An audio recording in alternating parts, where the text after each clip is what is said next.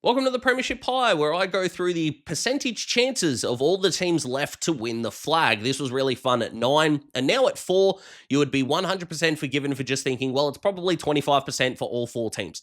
Now, granted, I probably agree with you a little bit because I can see any of the 4 teams winning the flag, I really can. That would make for a really boring video, but I think a couple of things here that are going to be interesting to point out is that statistically, the last couple of seasons that we have had teams from outside the top 4 that have come through and entered into a grand final. And of course, we've got one of those in the Hawks, but also it's going to be an interesting note that both of these games are going to be at the MCG, a ground which typically all 4 teams play well on, including the Lions, even though they went down to Brisbane in the qualifying final. So it really is nitpicking is the point of this video, and time stamping it as well as it is 12:30 p.m. on Sunday afternoon. So if anything around, say, like injuries or anything like that have come out between the time that you are watching this and midday on Sunday, please don't get into the comment section and go, Daz, you're a moron. Why didn't you bring this up? It's pretty hard for me to comment on things that I don't know about, guys. And that's something that I really need a lot of people in the comment section to understand, is that things are as true as I can make them. And I understand that I make mistakes like any other person, but I do the best that I can with the time that I record, not by the time you're watching it. The gap between videos going out live versus when they're recorded is never the same at all. Never. Even in my game reviews, I am finishing recording and then like post-production's like an hour. So things in like interviews afterwards, I'm not watching them because I'm trying to get videos out. So just keep that in mind. 4 teams left. I'm going to annoy someone, and I think I'm going to annoy a pretty big fan base first. Starting with the Hawks at 20%, the only non-top 4 side that are left in it. I am a Hawthorn supporter, as most of you will know. The Hawthorn reaction to the Adelaide game is done insanely well numbers-wise, and I know that Hawks fans are not going to like me saying this because we're playing Geelong and all of these things, but what I do know is that outside of the, say, 4 hours of Hawthorn game time, you have to try to keep this as unbiased as possible. I think that's why people like my videos. I'm hoping that's the case. So Gunston and Ginnivan have got hamstring issues. Now, they did get managed minutes, and Jarman Impey was another one from the Sam Mitchell press conference, and the hope is that they're going to be fine. They probably will be, but it's something. I worry about what the Hawks are going to do outside of Jai Newcomb, who you think is going to get the Mark O'Connor or Oisin Mullen tag. A couple of you have pointed out really correctly, I think, that Mullen goes to your lesser contested style player when he goes to tag, so I can 100% see Mark O'Connor being the Jai Newcomb guy. In terms of what that means for Mullen is outside of Jai, I don't really think the Hawks need to tag anyone. Like, Mullen could go to Ginnivan, but look how well the Hawks played when Guinea only had 8 disposals against the Crows. So that's going to be an interesting one to watch, but let's say Jai isn't the highest rated Hawk, which would be the first time in his 4-game finals career that has happened. Most of us are going to point to Josh Ward as a guy, 31 disposals against the Crows, and I have absolutely no qualm with Josh Ward at all now. That rivalry is officially over. I don't know how many more times I can say I am pro Josh Ward now. But Jimmy Worpel, who was pretty good on the weekend, is going to have to go to another level. Connor Nash, again, 17 disposals, 5 clearances, was pretty good on the weekend. He's going to have to go to another level. It's how much do you trust that midfield group to go to the other level? Because we know what the Hawks can do defensively. We know what the Hawks can do offensively. With how good Adelaide's back 6 were, you're looking at a side that kicked 101 points on them. You know, Collingwood, with how well they did defensively, only kicked, I think, 79 or 78 on the Crows in that first final. So we know that the arcs for the Hawks are golden. You're trusting what they can do in the middle. I think from an unbiased point of view, that can be your cause of concern. And for a Hawthorn fan, it is the cause of concern, in my opinion, because I'm not really worried about anything else if it's as good as it can be. And I also think that the Hawks are the lesser of the 4 teams that can ill afford to not be at a 9 out of 10 or better. So that's why they're at the bottom. But remembering, guys, 1 in 4 is where everyone stands. The team that finished 8th, I'm saying, still has a 1 in 5 chance.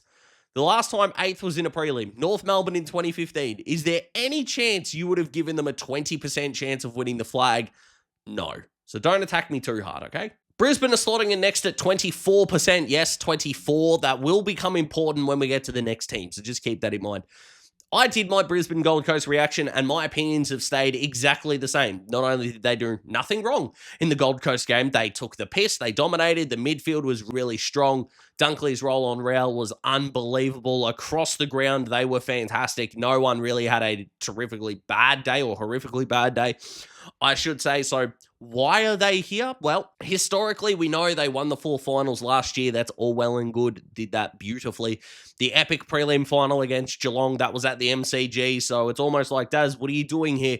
And it doesn't simply come down to what I think of Brisbane. I think it just generally comes down to the other 2 teams that are left.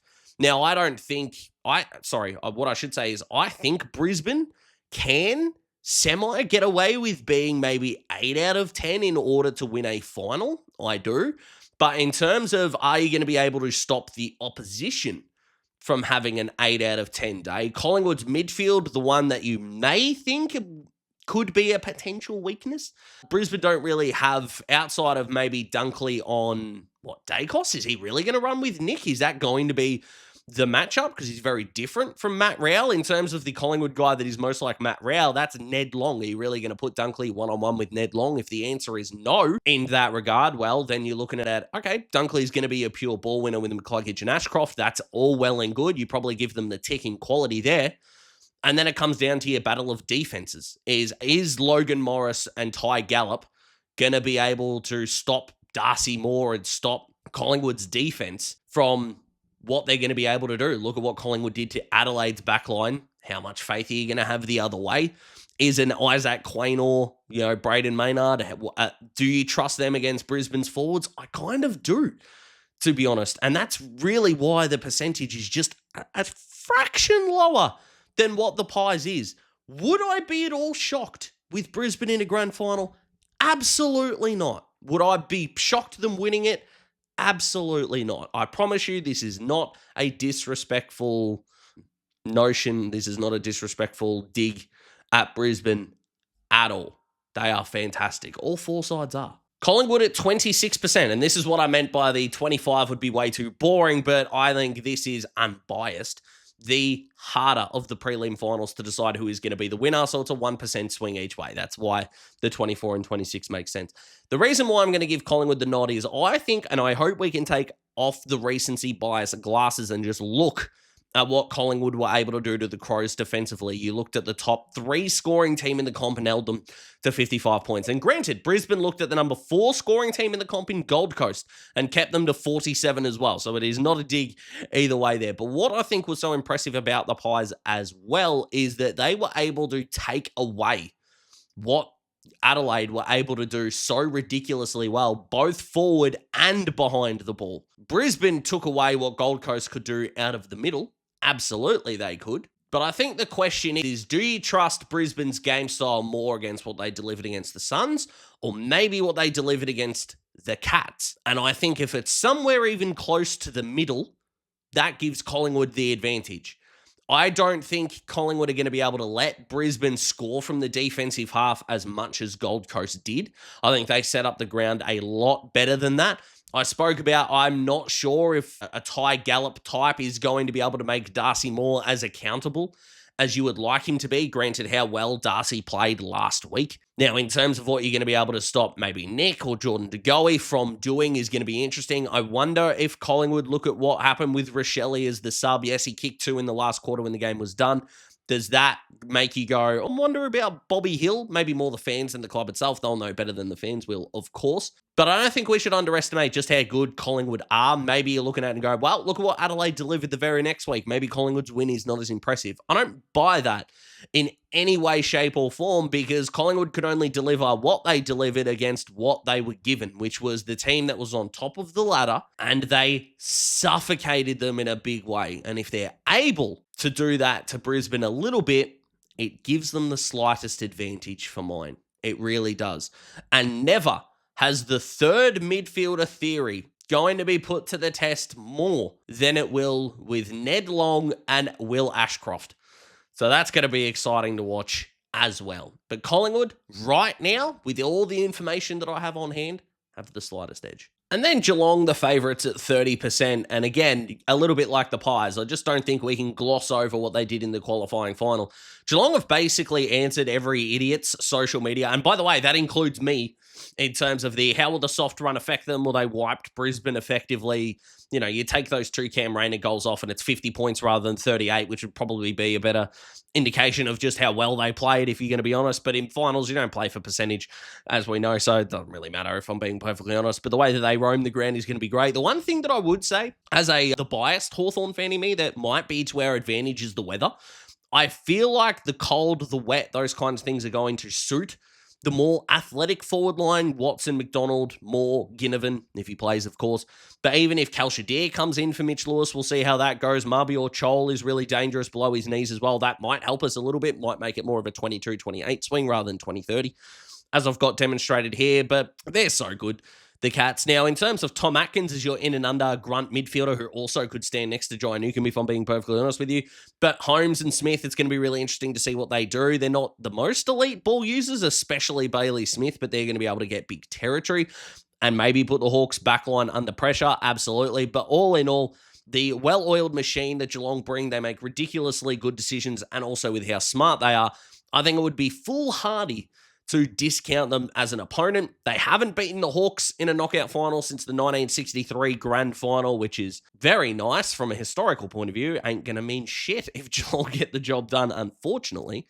But we'll see how that goes. I'm going to be very interested to see with what they do with Jeremy Cameron, because I think there's going to be a temptation for him try to get the Barras matchup, but Barras on Shannon Neal just makes so much sense, and Josh Battle might effectively do the tagging role on Jeremy Cameron. I remember Josh Weddle last year playing a tagging sort of role on Jeremy Cameron, and it just didn't work for the majority of the game, which kind of sucks. But I think Battle on Cameron would be really interesting. I wonder how close to goal they want to play Cameron, because the ruck situation that they've got at the moment is not perfect. Toby Conway, Reece Stanley have both got injuries, so we'll see how that goes in terms of the way that they line up. But overall, the Cats are the better side in it. I think they had the most underrated finals win so far. I feel like we've just kind of just shoved it off a little bit.